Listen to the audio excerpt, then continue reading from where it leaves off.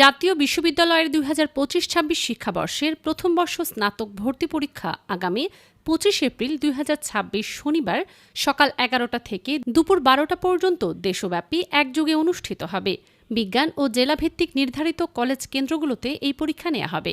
রবিবার ১২ এপ্রিল বিশ্ববিদ্যালয়ের স্নাতক পূর্ব শিক্ষা বিষয়ক স্কুলের ডিন ভারপ্রাপ্ত ড.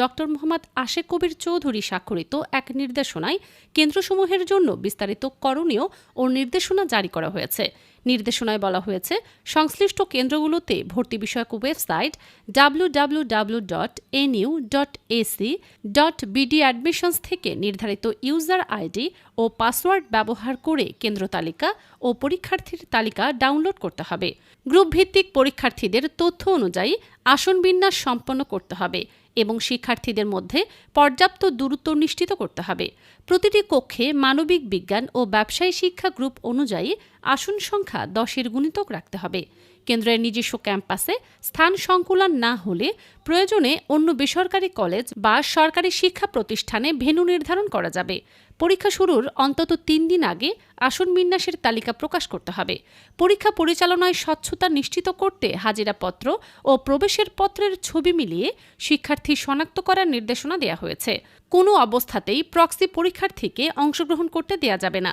এছাড়া প্রতিটি গ্রুপের জন্য 2 সেট প্রশ্নপত্র প্রণয়ন করা হয়েছে। পাশাপাশি বসা পরীক্ষার্থীদের ভিন্ন সেটের প্রশ্নপত্র দিতে হবে। ওএমআর শিটে গ্রুপ ও সেট কোড সঠিকভাবে পূরণ হয়েছে কিনা তা তদারকি করতে হবে। কোনো ধরনের সাংকেতিক চিহ্ন বা মোবাইল নম্বর লেখা থাকলে সংশ্লিষ্ট উত্তরপত্র বাতিল বলে গণ্য হবে। পরীক্ষার্থীদের মোবাইল ফোন, ক্যালকুলেটর বা কোনো ইলেকট্রনিক ডিভাইস সঙ্গে আনা সম্পূর্ণ নিষিদ্ধ করা হয়েছে।